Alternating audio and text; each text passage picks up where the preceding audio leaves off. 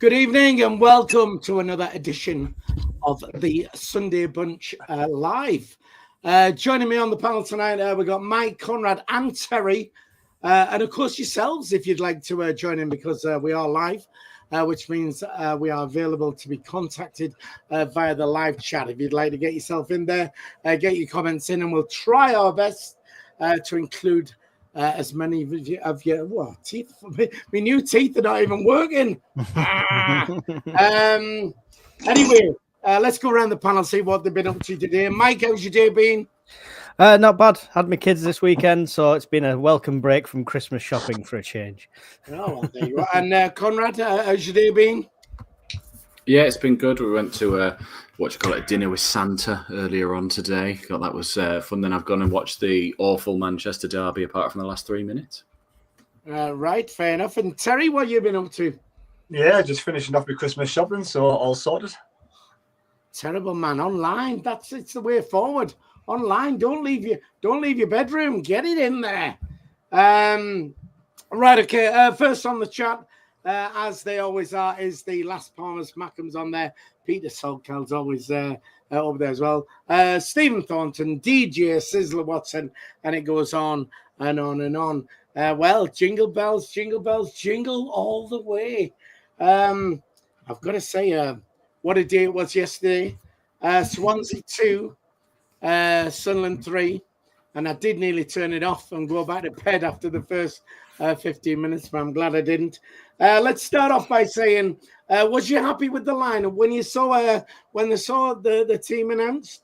Did it do it for you, Terry? Well, I didn't think we have much choice, to be fair, do we? Let's face it, we're getting down to the bare bones. So it's about as good as I thought it was going to be. Short and sweet. Right, and that's the program finished. Thank you very much. We'll see you all again next week. Mike, was you happy with the lineup when you saw it? Yeah, it's going to be short and sweet again. Like Terry says, there's not really much you can change at the moment when you're suffering so many injuries and stuff. I'd still want to see something from these new players that we've still not even seen, but it is what it is. I was expecting 09 to start, to be fair, but he started on the bench. I understand why. I get it. But I did expect him to start, but it was still good as he could get. Right, okay. Maybe we will be going on to Bristol City, who knows? Conrad, what did you think when you saw the lineup? Yeah, I echo the same. It was pretty much all we could have thought it was going to be. I don't think anybody on the bench that we sort of there were going, why is he not coming on? And Serkin got straight back in. So, yeah, I think it was with what he had available, it was the best he was going to get. Right. Just very quickly, let's go to the chat. SJ says, caught that flu going around.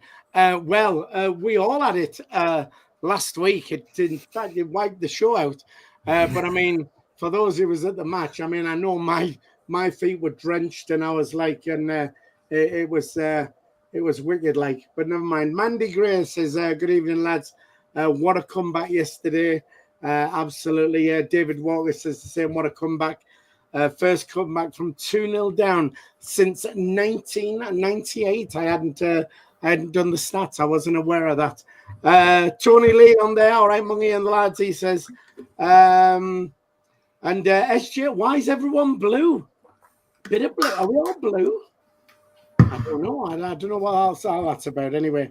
All right, so we got the win yesterday. Was yesterday that must-win game? Because I know we'd said it about Stoke, Bristol City and stuff like that, but it was starting to get a little bit silly, and it looked like we were starting to go into a downfall, really.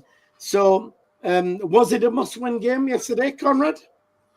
Yeah, I think I popped into Mike's stream and said that at one point. I was like, oh, geez, I don't want to say it at this point, but yes, we need to win this game, especially after the draw against Bristol and the recent memory of the 6 draws and the defeat as well. I think we did really have to win this game. It didn't look like that was going to happen after 10 minutes, but glad we pulled it round in the end and saw it out. Absolutely. Mike? Was it a must-win game yesterday? I mean, if we'd lost yesterday, could we just sort of like cancel our hotel rooms down in Wembley and say, oh, forget this for another season? It was starting to feel that way. I think a loss or a draw would have killed me. Obviously, at one point, I'd have took a draw during that game yesterday, but the comeback was superb. It was an awesome feeling. Like somebody said, it's not happened since 1998. Not sure what game that was. It'd be interesting to know if anybody knows that. But yeah, it's Conrad knows that. Way at West Brom, we were 2-0 down, and Kevin Ball scored the third to win 3-2. We've actually done 2 other times since then in the Cup, though. We were 2-0 down to Arsenal and won 3-2 when we were in the sky blue kit with, I think, Howard Wilkinson in charge. And the year we got to Wembley in the Carabao Cup, we were 2-0 down to MK Dons at home, and we won 4-2.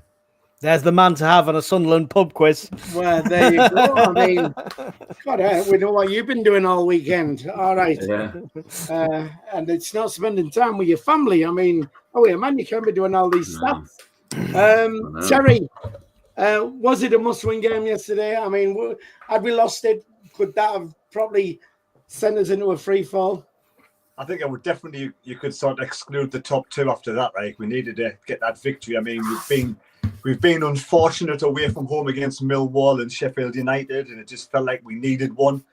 Draws against Coventry and Bristol City, it just felt like we needed that win, just to get the fans happy again and everyone sort of in the Christmas spirit. And it was just the manner of the comeback was just brilliant. So yeah, I think it was just what we needed, because now there's a bit of a gap between us and Borough. We kept that gap, and like the West Brom getting beaten today, there's a slightly bigger gap between us and 7th place. So it just sort of cements our position in the playoffs now, so we can really look forward to the Christmas period, hopefully. Right, okay. Just very quickly back on the chat down here. Jeanette Atkinson says midfield 3 were outstanding. Please that Reggie doesn't listen to the no clue fans asking for changes. We all have our opinions, and we all think we can do a better job than the manager, when obviously we can't. The lads were great yesterday. Terry? Thing is, though, can we do anything at this moment in time with the squad that we have? I mean, we just seem to have this conveyor belt of just constant injuries all the time. And as soon as you get one player in who seems to just jump out of his skin, play brilliant football, he gets injured. And it's like, what's going on? So I think we do need to sort of delve into the transfer window in January as well. Right, okay. Back on the chat, Paul Heron says, what happened to the SAFC Fan TV live stream yesterday? I think he's on about ours. We are sort of trying to rejig it because it's gone a little bit. We're having new ideas, so we're working on that at the moment. So just bear with us. And if you are stuck for a live stream ever on a match day, you just go to Terry's channel, and Terry will keep you entertained down there. Don't forget, of course, we are trying to get 100 likes, as we always do on a Sunday. So please just hit that thumbs up for us if you would take a second to do so. If you are watching on a mobile device and you got the live chat on, close the live chat, see the thumbs up, hit that, take your second to do that. But more importantly, we are on our way to 10,000 subscribers. We are only about 22, 25 or something like that away now. So if you're watching and you haven't subscribed to the channel, please subscribe. It doesn't cost anything to do so. Hit that subscribe button and we will love you forevermore. Right, so we all sit down and start watching the match, and it goes horribly wrong, certainly for the first 15 minutes, and the signs are not good. I need to ask you, though, I want your opinion. Was Patterson to blame for the first goal, Conrad? I think the entire defence was to blame for the first goal. What was it? A ball just spun up in the air, and the only one seemed to react to it was Sirkin, who seemed to be the furthest one away from it as well, pointing out where it was. So I don't know what happened. They all just switched off, a bit like the goal for Bristol City the other night. It was just pinballing around the defence, and no one took charge of it. So I don't know if Patterson was a bit quicker, could have come off his line, but I don't know. I think you can't really lay the blame at one person. I think there was a whole team of them there, and all of them stopped. Right, okay. Just quickly dip into the chat as well. I'm trying to get as many people in as we can. Tony Lee says, great goal from Dan Neil, but well overdue. Ian Brown saying, must win. If we didn't win, we'd be around Blackburn, Watford and Borough. Terry, Patterson to blame for the first goal? I didn't see the match yesterday because all my technology died yesterday, so I was just having to rely on the radio. But I did see the highlights, and like I agree with Conor. I think it was just all around just one of those goals where like, everybody was to blame, the defence and Patterson. I don't know what's happened there. I don't know whether it took everybody by surprise or what, but I just want to put it down to experience, shall we? Yeah, fair enough. John Smith on the chat says, showed proper metal coming back from 2 down as well. Mike, first goal. Patterson, yeah. Was he to blame? Patterson should have come out, claimed it, put his name on it all day long. There's a font of mistakes, though. You can't put it all down to one person. Ballard should have cleared it distance instead of height. And it was just everything seemed to go slightly wrong. And I'm not sure if that's because 09's not there and Ballard and Meffin clash a bit, because at points they didn't know who was going to go for it. Whereas 09 and Meffin or 09 and Ballard always seem to have that telepathy of you're going for this one, I'm sitting back, etc. Right, okay. See, for me, I mean, I've got it down because I mean, he should have definitely have come out for the ball. Few people mentioning it on the chat here, though. But before we do that, Alfie AQ says thought it was a bit harsh to exclude Oshish on Saturday, given his quality substitute performance on Tuesday night. SJ says Patterson didn't come out to claim it. Tam says Paddo's position was okay for the first phase when the ball bounced up. He had too much ground to make up. Keeping is about the odds, and you can't cover every opportunity. Fair dues. Is that me bleeping us? Somebody, someone's popcorn's finished. It was mine. My wife was making her food. It's mine. In my office, right? Right. Okay. So, first 15 minutes, and again, like I say, I mean, I was shattered yesterday. Oh, because I was gonna avoid it, but Emma says, evening, are we gonna do happy birthday for Phil yesterday? But at my age, you don't celebrate birthdays anymore. But we did a little bit. So anyway, I was very tired, and I put the first 15. I put the match on, and after 15 minutes, I thought, you know what? I'm at work tonight. I could do with going to sleep, and I nearly went to bed. Now, what do you think? What do you think the problem was? We came out. Were we just not ready for them? But I mean, that first 15 minutes, we just weren't at the party. Were we not ready for them, or were they? Did they come out all guns blazing? All guns blazing at these teeth. We have to take them back. Mike, what do you think? We didn't start at the same tempo that we started the last 3 or 4 games, but we've done a lot of tempo in the last 3 or 4 games in the first 45 minutes with not a lot of results to show for it. It was a very scary, worrying start, especially going 2 goals down. I think I even said at one point, if we don't get an early goal, this one's a write-off. No one expected the comeback we got. It was nice to see. If we could just gel the 2 pieces together now, a good quality first half and a decent second half, we'll have a good we'll have a day where we don't have to stress. Right, okay. Terry, were we not ready for them? I don't know. Go on.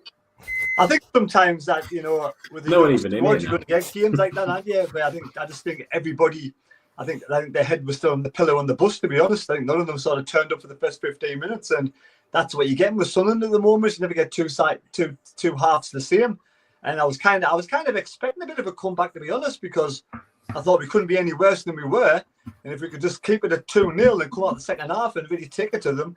And I think, like I say, sometimes you just need a good a good talking to at half time. And I think Job said in his interview, he said that they weren't at the races. They just weren't at the races for the first 30 minutes or whatever it was.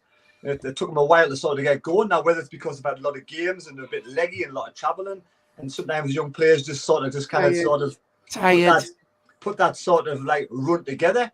And you're going to have those games with inexperienced players where, you know, if you've got a team with some experienced players in there, they might come out the first half and might not be so sloppy. But it's a game though. It's that sort of togetherness that where they're all in it together, where they've all made the mistakes and they've gone 2-0 behind, but they've all come out the second half together and they've all really gone for it and sort of put a shift in and a performance in for the fans. And I think it's character building. I think that's what it is.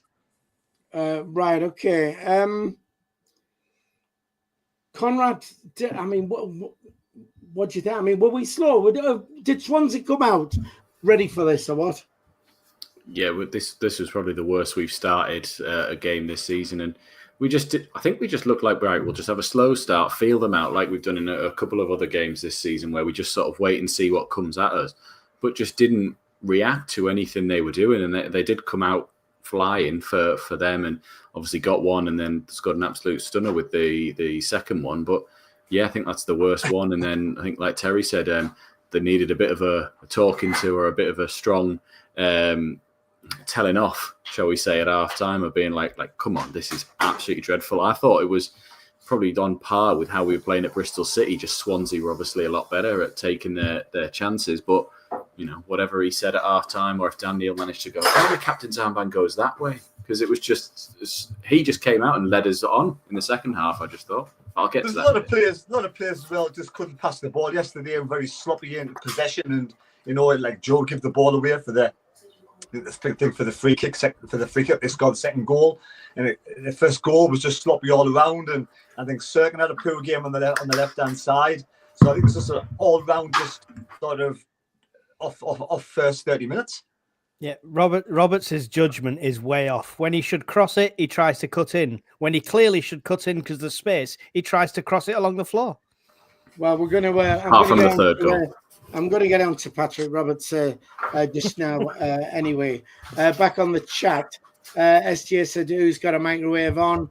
Mandy Gray says, Conrad having a microwave curry, I'm guessing. But Mike jumped straight in with no Mandy. He's warming his socks, apparently. And there they are, very, very warm. We're saying a game of two halves and stuff like that. And Terry, you touched on the fact that weren't very good, and you did think we were going to get a comeback because of the Sunderland are never the same two halves. So I was expecting that. Do you think we was actually that bad in the first half after we got over that initial 15-20 minutes? I didn't think we were too bad. Conrad, do you think it was just second half that we got into it? Well, we went 2-0 down, and I did the opposite of what you did. I actually did stop watching for a bit and went like, sack this off. I'm going to go do some jobs. This is crap. And I came back at about 40 minutes, and I was like, oh, nice. We're at least got one back in the game. So I don't know, mate. Didn't watch the rest of the first half, and then the second half was amazing. Right, okay. Colin's just come on, as he likes to do on a Sunday, just to show you he's bollocks. Hey, good lad. There you go. Terry, was it just second half that we picked up, or do you think we was all right in the first half? I think once Ballard scored that goal, we came in at one a bit, and I think until maybe the last 2 or 3 minutes when they were putting a lot of balls in the box, I think we were sort of back in the game. Yeah, I thought it was just a very sloppy first 20-25 minutes or whatever it was. Mike, your view on it? Very impressed that heads didn't drop as much as they could have done. That's probably the biggest takeaway. Even like 20-30 minutes in, still in the first half, people were still trying to rally, and you know, it's weird because it looks like I'm having a conversation with Colin now.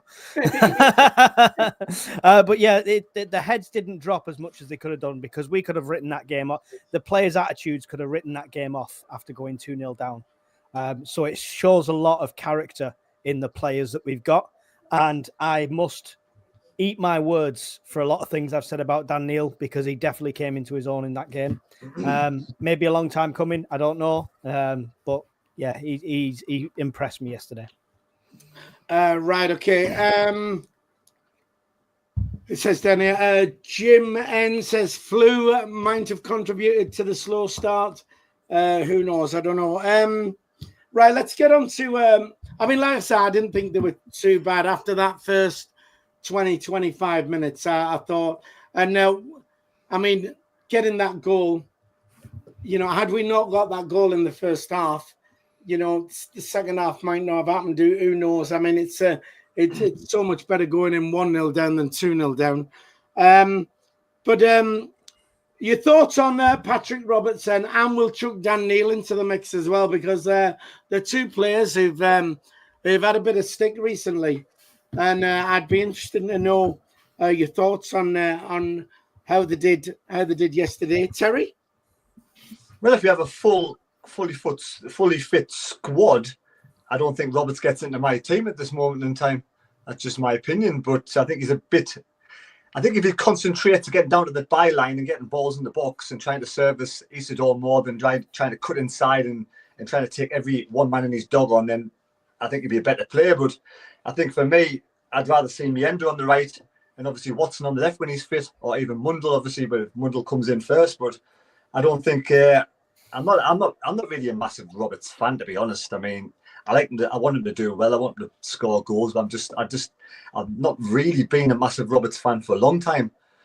I think he's a bit over greedy in times, and that for me, I think I'd rather see him go down the touchline, get rip balls across for the striker. I think Isidore is getting a bit isolated at the moment. And what was the other one? Neil. Yeah, I think. Wait, look, let's face it. Neil's played the majority of the games this season. We're in 4th place. We're not far off second, so he's clearly a decent player. It's a different kind of job he's being asked, being made captain this season, and a bit more control and not so much sort of striding forward. But that's what he has in his locker, what he did yesterday. That's the ability he has going forward. We've seen that over the season. So he scores goals, and that was a superb captain's performance yesterday. Second half, probably one of his best performances this season. And I think that's just that goal itself just sort of typifies his performance yesterday. Yeah, I think Daniel's been off the boil recently, and yesterday, was one of his better games. I have to disagree with you, Terry. I'm a big Roberts fan still. I know a lot of people say, he just doesn't have an end product, but I mean, for too many times I can't remember, we've not had creative players in our side, somebody who can get the ball and do things. He's got flair, he's got skill, he can beat people and stuff like that. And I think, yes, even watching him yesterday, I thought he was all right yesterday, but watching him, there was frustrating times where you think, oh man, why didn't you either put it in or do this or do that? And I knew then that when we come on the show tonight, he was going to get stick because he didn't do that. But there's still many times he'll cut inside, he'll have a shot. All right, it might just miss or whatever, but at least the shot's there, Terry. Look, I mean, all the players yesterday deserve the credits for coming back from 2-0 down to win 3-2, so you can't really single out anybody for having a bad performance. They're all in the first half collectively in the first 20 minutes were off the game for the majority of players. And in the second half, they all turned up and they all put a performance in, so they all deserve the same rewards. I thought the whole second half performance to come back from 2-0 down, obviously we scored in the first half with Ballard, was a brilliant second half performance, and they all deserve the plaudits. Right, fair enough. Conrad? Patrick Roberts, Dan Neil yesterday.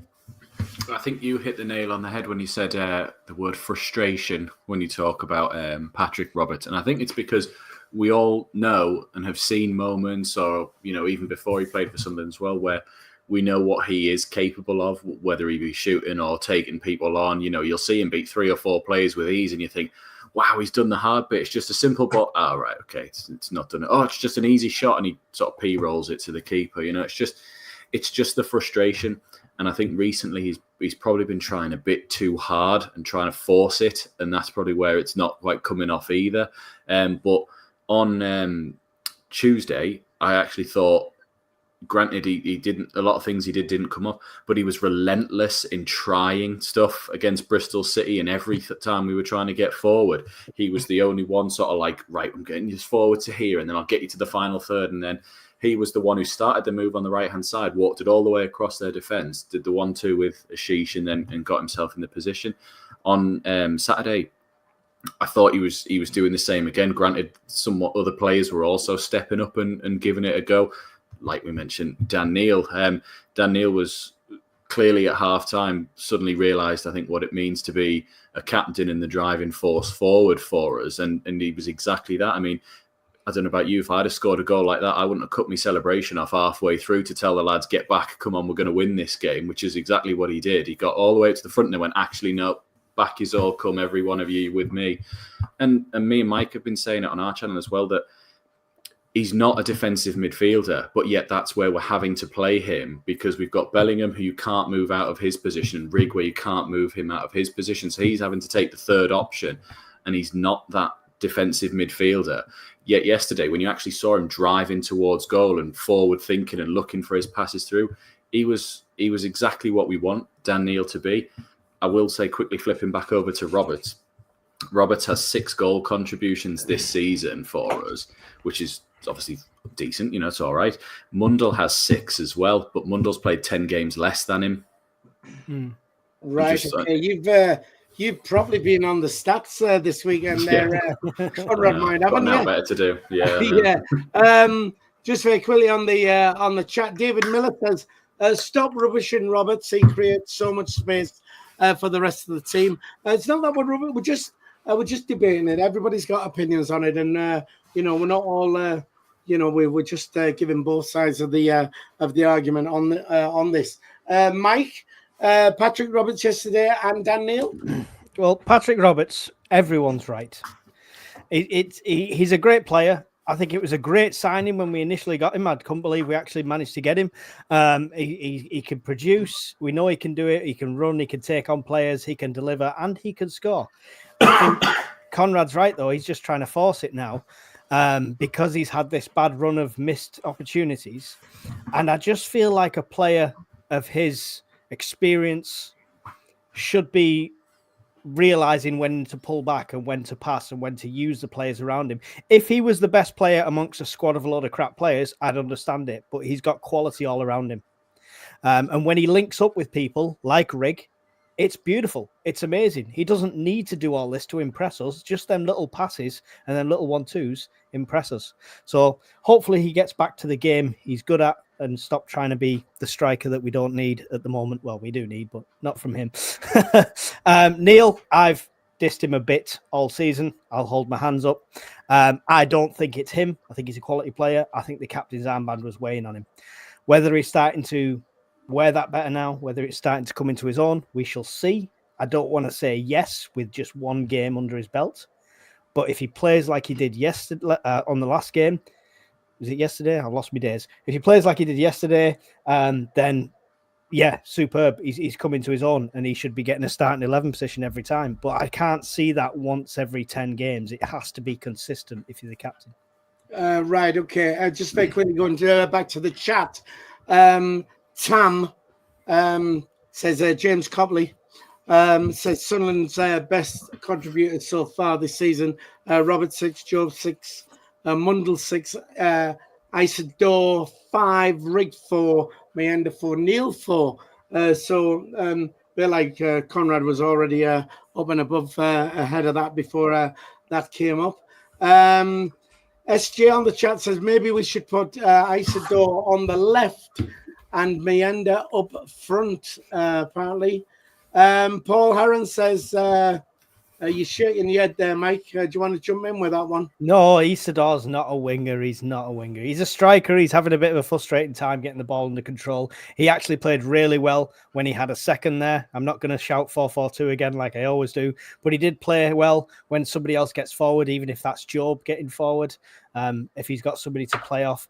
And Mayenda is really good on that wing, maybe on the right, not on the left. But when he came on, he had strength. He run at them. Every time he's on the ball, Mayenda, he looks like he could create something. I don't think you should adjust that. Can I say Mayenda yesterday? Just second half, I don't know if it was just yourself, I just noticed that everything that we were doing and getting through was they were just spraying balls out to him on the left because they knew that he was nowhere near their defenders and he was just absolutely blitzing them every single time, and they were the threat we want. We've seen it from Watson recently, and we knew Mundell could do it as well. And it was just that if he gets a couple of yards on his fullback or his player, they'll just spray it in behind him and he can finally use his pace that he clearly has just to get going with him. And it was just nice to finally see it. Yeah. I mean, you say, Mike, you say Isidore is not a winger, but when we signed him, it was is he a winger? Is he a striker? I think he'd had about 60 odd games, and about 20-30% of them he'd played on the wing. The rest were up front. But to be fair, I mean, we've used him as a striker, and he's started brilliantly.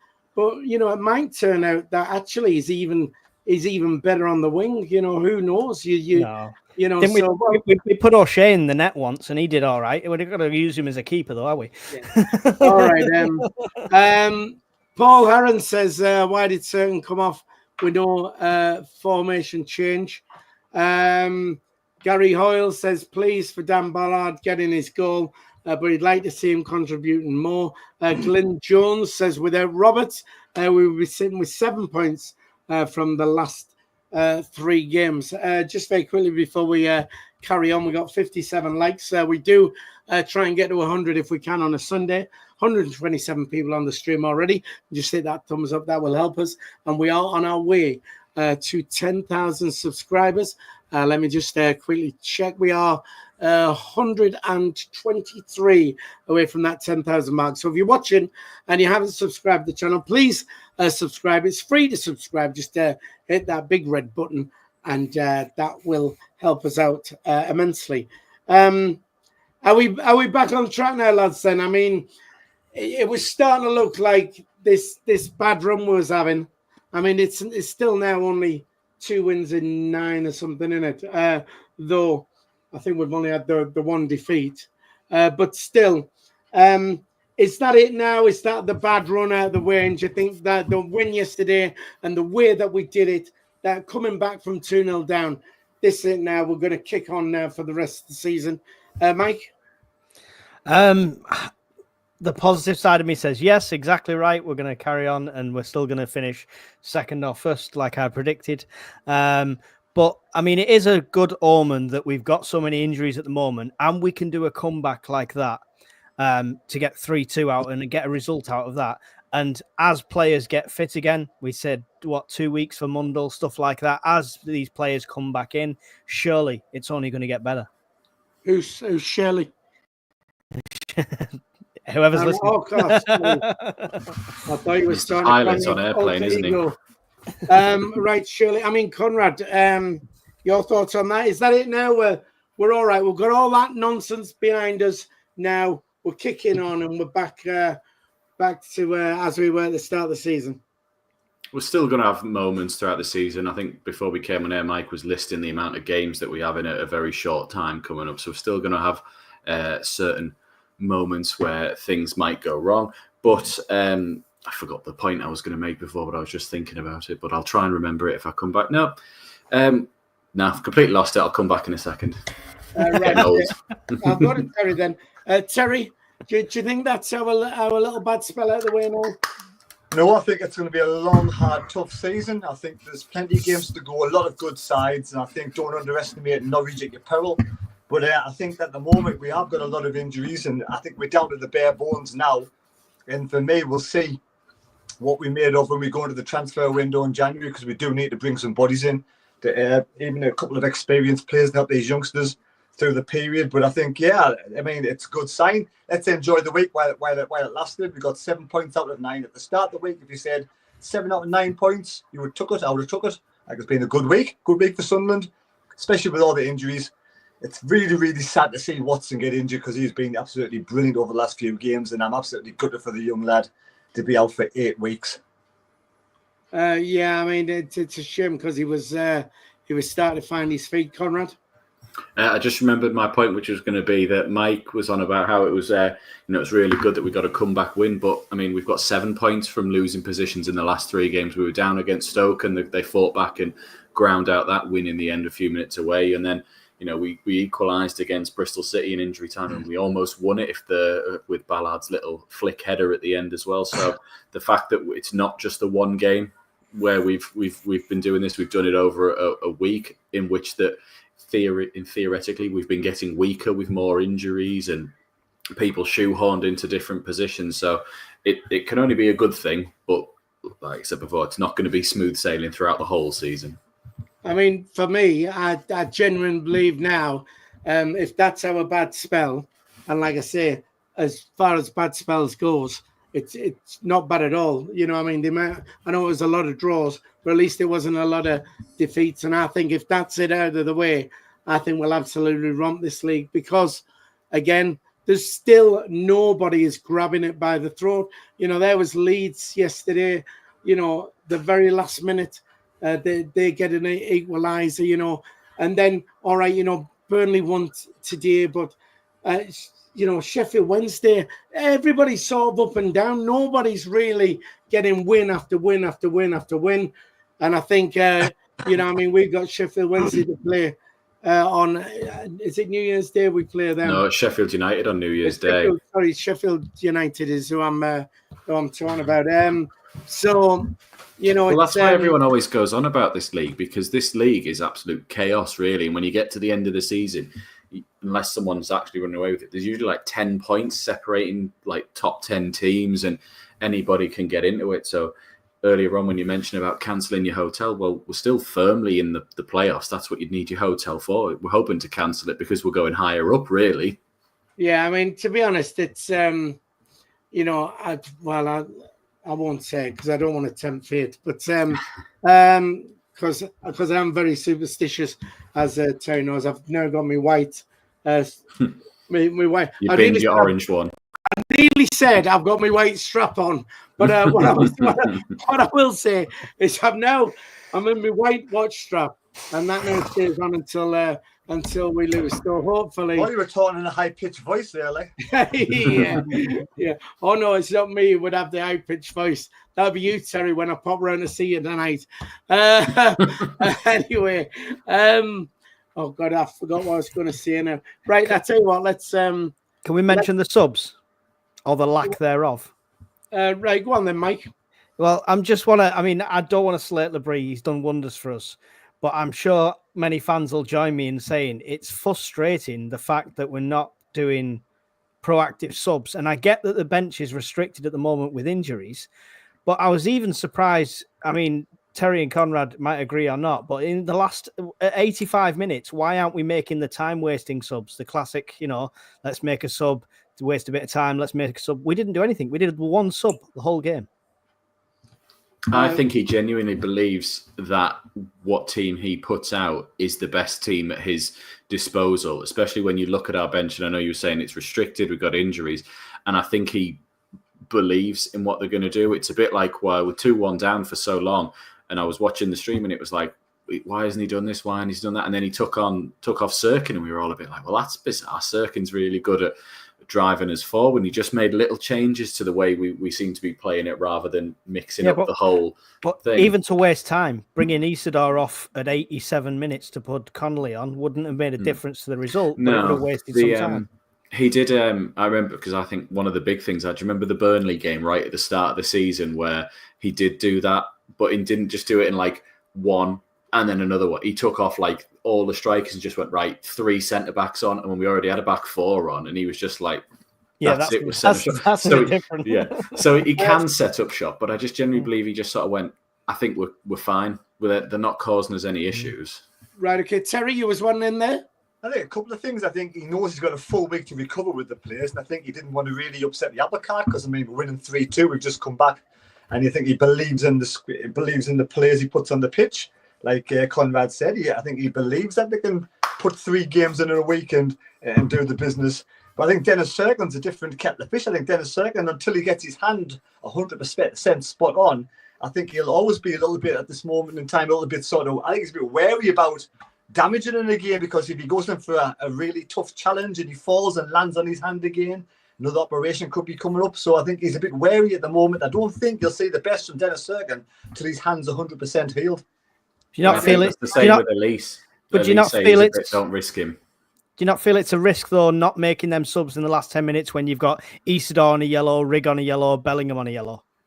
I don't know, because I think, like I say, we said before, when players have been on yellows and they want to get suspended for a game and pick up another yellow, when the one was at 4 or 5 yellows, he says he believes that the players adjust the game to not do that mistake. And I think he believes in his players not to do the bad challenges and stay out the game. I think he just puts his 100% belief in the players. I mean, if he made a substitution, then let a goal in, he's a catch-22. People would be twisting, oh, what's he made a change for? What's he made a change for? We let a goal in now. Don't change it. If we're controlling the game, look as if we're going to see the game out and win the game 3-2. There's no matches during the week, and they're all fully fit. Let the game run out. I think he just trusted it, and he didn't want to risk Serkin any more than he had to. And I also think it was smart not to put Elise on, because Elise is not 100%, but he's been having to play when Serkin's not been playing. So I think it was just a case of, I'm not forcing people to play just for the sake of 20 minutes. These lads can do it, and it was probably a smart one putting 09 on. We know exactly what we're going to get from him, and he's defensively sound anyway. Right, okay. Just let me quickly jump into the chat. Stephen Thornton says 09 must start for his passing. Apparently, Gary Hoyle says Christmas is always a difficult time, and some strange results may occur. So expect the unexpected, says down there. All right, before we move off... we're going to win 5 in a row. Right, before we move off this this game, I want a quick man of the match from you all. Conrad? I'm going to say Neil, just for the way I think he led us out in that second half and drove us forward. I actually thought he was fantastic. There was a few that I could have named, but I think Neil deserves it for the screamer, the effort, and the right determination and leadership that he showed yesterday. All right, no problem. Terry? Exactly the same as Conrad, so I'll just leave it at that, because he said everything I wanted to say. Right, okay. Mike? I'm going to agree, only to say that it would be a very close second with Bellingham. Bellingham. His Frank Lampard run into the box was beautiful, just arriving late perfectly. It was. Andy's just consistently been brilliant this season, Bellingham. So it was a close second to Bellingham, but Neil gets it for me. I like in his interview as well, he was saying how he was telling Isidore to get to the front post so he could have that space in behind to try and get in the box. He's clearly he's a really intelligent lad, Bellingham, and he's and I don't know if it's just him, the way him and his brother are, or if it just seems like football would be their entire family and they just get it. And you saw in his celebrations, I mean, even if it is just all talk for the way it looks, I love everything about it. And even if and when we eventually have to part ways with Bellingham and he moves on, I think he'll be a cult hero for us for many years to come. Right, okay, a few for me. I quite like Chris Rigg yesterday. Again, he's always puts a shift in there, but I thought there was a few could have got it. Anyway, before we go any further, I would like to quickly mention our sponsors, Football Prizes, and I do want to give a shout out to if you've not entered any of these competitions yet, there are a number of our viewers have actually been winners, and I am going to start jotting the names down. Sean Langley won a Dan Neil signed shirt on the last competition there. So if we get any of our lot who are winners, let us know, and we will give you a shout out. But here's a word from me about this current competition which is running. Hi there, we are back again to tell you about another fantastic competition by Football Prizes, and this time it is a signed and framed Chris Rigg football shirt. Chris Rigg, ole, ole, ole. Hey. Yeah, that's what you can win. It's only $3.95 for a ticket, so you need to get one of those as soon as you can. There are also 15 instant win prizes available to you as well, where you can win. Included in that lot are a Dan Ballard shirt, which is signed, and a Dan Neil shirt as well. also signed. So you need to get yourself in the draw. All you have to do is click on the link below and you're in there. That is it. A fantastic signed and framed shirt from Chris Rigg. It's all yours. The competition ends on Thursday, the 19th of December at 7:30. So get yourself in the draw and be a winner. And once again, a massive thank you to Football Prizes for sponsoring SAFC Fan TV. What you didn't see why that was being playing with Conrad shaking his head at my singing, which is yeah, thank you. Wasn't even in tune. Yeah, well, there you go.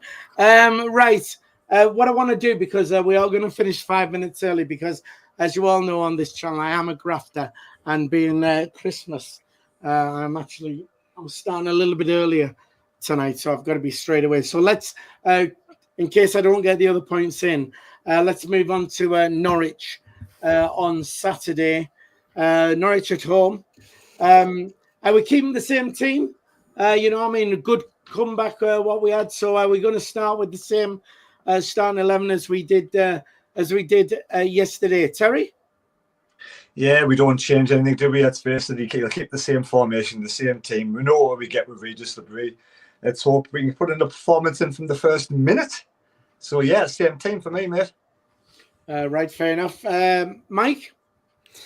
Yeah, we're not really got all that many options, right? So I think it'll be the same team. There's nothing really that stood out that I'd need to change.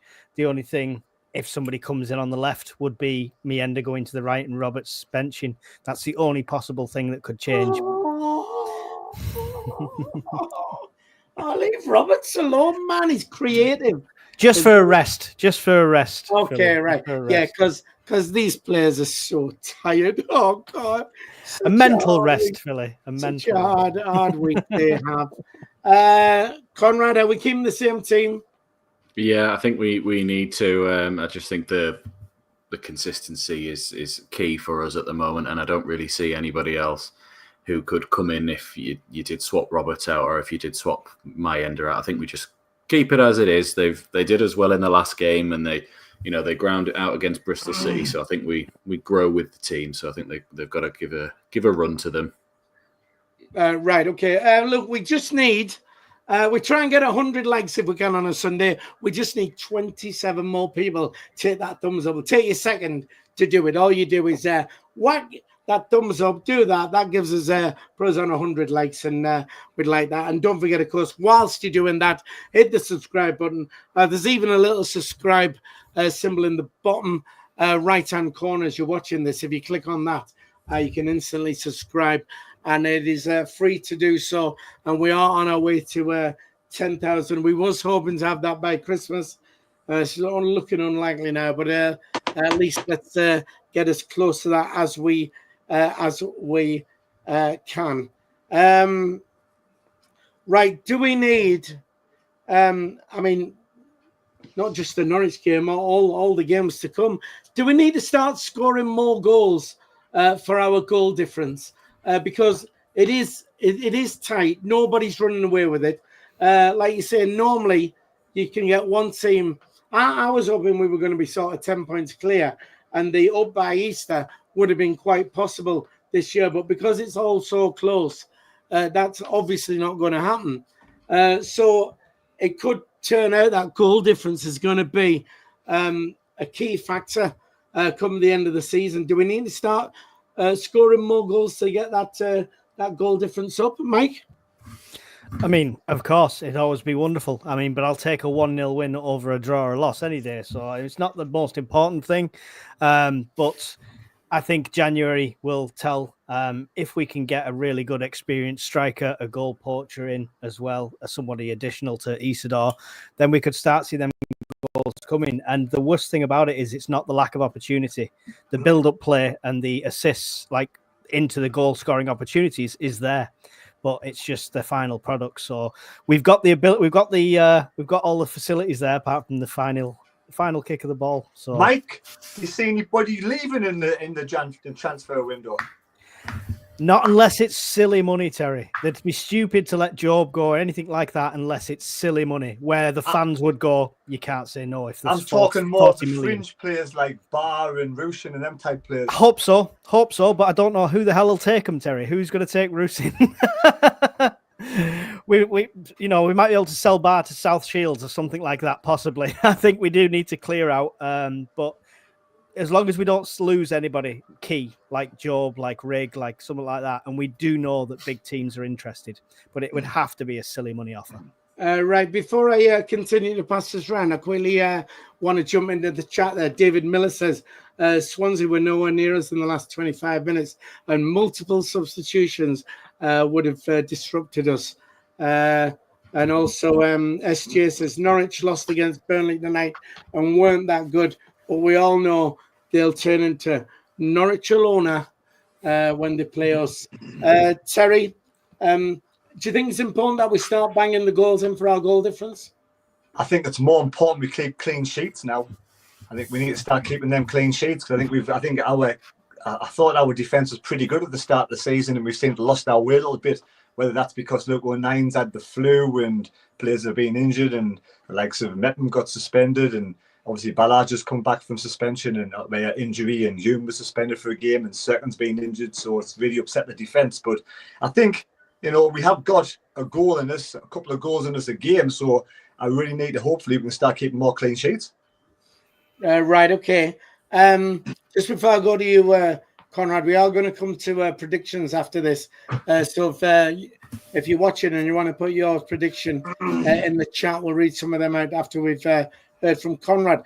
Conrad, do you think the goal difference is going to become a big thing at the end? Well, we're very close with Sheffield United, I saw earlier on. I think Leeds are quite a way above ours at the moment.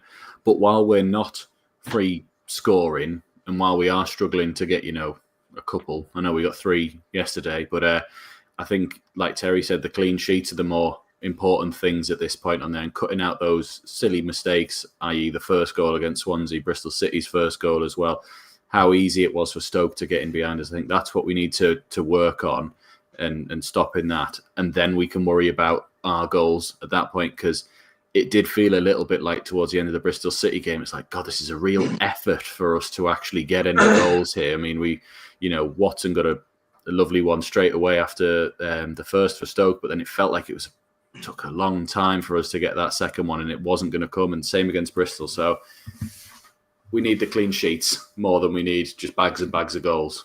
Yeah, I mean, if we'd got a clean sheet yesterday, 3 goals would have upped our goal difference. We banged 3 in, but because we'd let the 2 in as well, it's again effectively like a 1-0 win. Right, we've got predictions coming in for Sunderland Norwich. Gary Hoyle says 2-0 Sunderland. Paul Heron says 4-0 to the lads. Michael Hall is 2-0 Sunderland. Stephen Thornton, 1-0 Sunderland. Terry, what's your prediction for Saturday then? I'll go with a 2-1 Sunderland win. 2-1, we'll stick you down for that. Conrad, update the table again because Jacob didn't submit his score again, so that's 2 games in a row he's missed now. So Emma's catching him up, but by getting no points herself.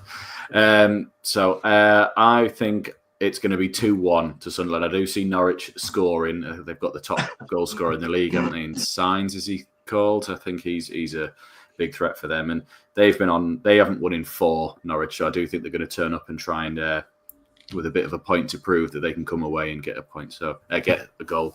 So 2-1. I think we should make a new rule in the January transfer rules of our competition, is that when someone picks a score, nobody else can copy. Okay, can I go first every time then? Philly's got 3-1 every week then. Oh yeah. Right. Okay.